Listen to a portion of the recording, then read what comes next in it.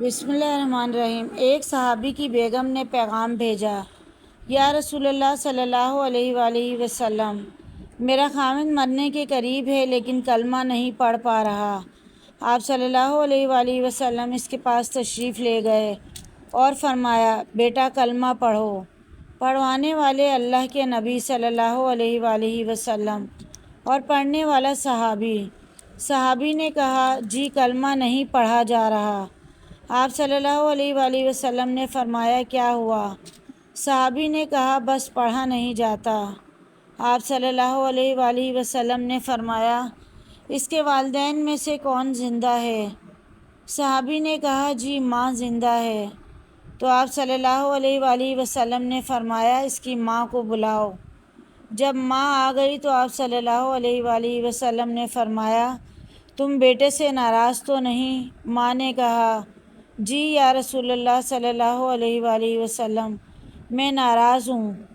آپ صلی اللہ علیہ وآلہ وسلم نے فرمایا، کیا ناراضگی ہے؟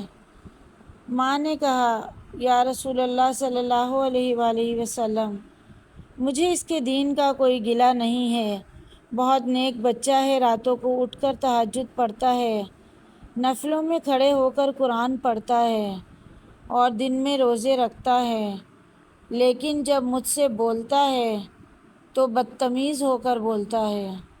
اس کا یہ عمل میرا دل چیر کر رکھ دیتا ہے۔ آپ صلی اللہ علیہ وآلہ وسلم نے فرمایا، معاف کرو گی؟ ماں نے کہا، جی نہیں۔ آپ صلی اللہ علیہ وآلہ وسلم نے فرمایا، اگر میں اسے آگ میں جلواؤں تو سفارش کرو گی؟ ماں نے کہا، جی آگ میں تو نہیں دیکھ سکتی۔ آپ صلی اللہ علیہ وآلہ وسلم نے فرمایا، سن لو، اگر تو نے معاف نہ کیا تو یہ سیدھا اللہ کی آگ میں جائے گا۔ آپ صلی اللہ علیہ وآلہ وسلم نے فرمایا، سفارش کرتی ہو، معاف کرتی ہو؟